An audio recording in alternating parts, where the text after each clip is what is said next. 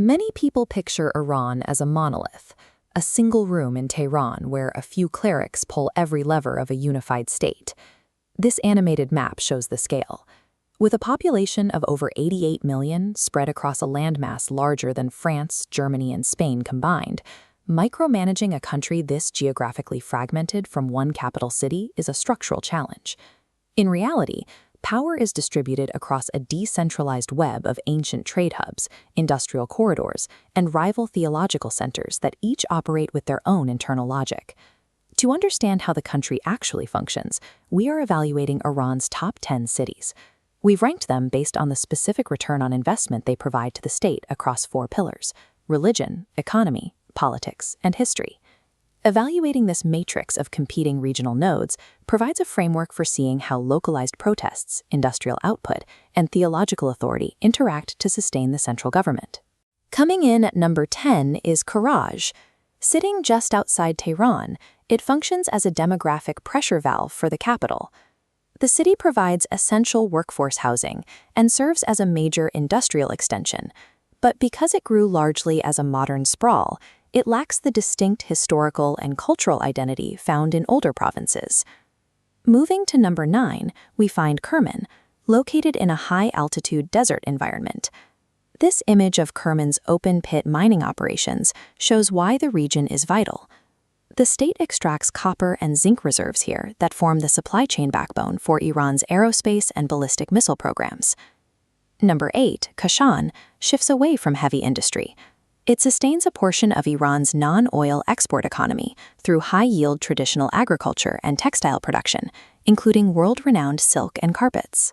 Together, these 3 cities shoulder the burden of the nation's baseline infrastructure, housing, and exports, quietly doing the heavy lifting while the larger metros take the political spotlight.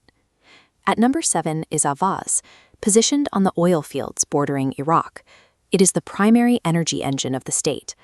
Generating that wealth exacts a steep local toll. The population of Ahvaz lives with severe ecological degradation from the extraction industry, and the city still carries the physical and economic scars of the Iran-Iraq War. Number 6, Shiraz, trades oil wealth for historical gravity, acting as the cultural anchor of the ancient Persian Empire. By maintaining the monumental columns of Persepolis, seen here, along with the tombs of national poets like Hafez, the modern state secures a deep sense of historical legitimacy. Number 5 is Tabriz. Known as the Gate of the Orient, it drives private investment, produces heavy machinery, and facilitates trade routes with the West.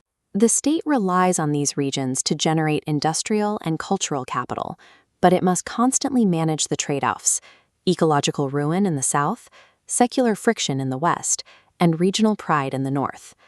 The intricate mosaics and the unique tan dome of the Sheikh Mutfallah Mosque in Isfahan, our number 4 city, represent its architectural legacy. But alongside these historical sites, Isfahan operates heavy-duty steel mills and nuclear facilities. You can see the size of the Fatima Masumeh Shrine here in Qom, our number 3 city. This complex draws millions of pilgrims each year and serves as the ideological brain of the Islamic Republic. By institutionalizing the doctrine of clerical rule, Qom operates as a heavily funded, insular bubble, a concentration of authority that increasingly alienates the country's secular youth. The illuminated Imam Reza Shrine in Mashhad, our number 2 city, serves as the headquarters for the Astan Quds Razavi Endowment. This foundation owns most of the real estate in Mashhad and controls an economic empire with an estimated annual revenue of $210 billion. This radar chart plots Mashhad's output, scoring a perfect 10 on both religion and economy. Because this wealth is tied up in religious endowments, it operates as an independent, parallel economy that sits outside the central government's tax base. While Isfahan balances high industry with history, Qom and Mashhad present a different challenge. They lock political influence and billions of dollars inside religious endowments rather than taxable state structures. That brings us to number 1, Tehran. The capital functions as the macroeconomic and political apex, centralizing over 15 million people and housing 45% of Iran's entire industrial base. The thick smog obscuring the Malad Tower in this photo illustrates the severe ecological toll of packing this much industry and population into one location. In these massive crowds holding Ayatollah Khomeini banners during the 1979 revolution, Tehran has a long legacy as the epicenter of national upheaval. Today, it remains the primary flashpoint.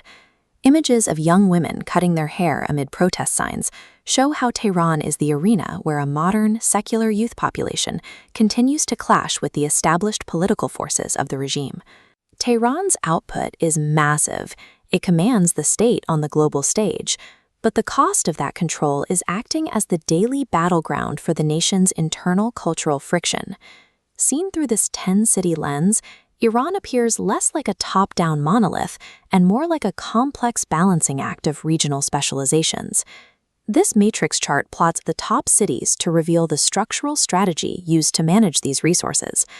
The horizontal axis runs from cultural and historical focus to modern and industrial focus, while the vertical axis tracks theological power versus secular and political power. Distributing heavy industry outward into cities like Ahvaz and Tabriz keeps the industrial base functioning away from the capital's political volatility. Meanwhile, parking wealth in Mashhad and isolating theological study in Qum secures the ideological durability of the establishment in its own protected silos. Centralizing political power in Tehran while preserving national identity in Shiraz creates the final piece of the state's structural strategy. While international news headlines often focus on the politicians in Tehran, these regional nodes offer a completely different perspective. Tracking whether industrial hubs like Ahvaz or ideological centers like Qom are gaining or losing resources provides a practical way to measure the structural health of the Iranian state.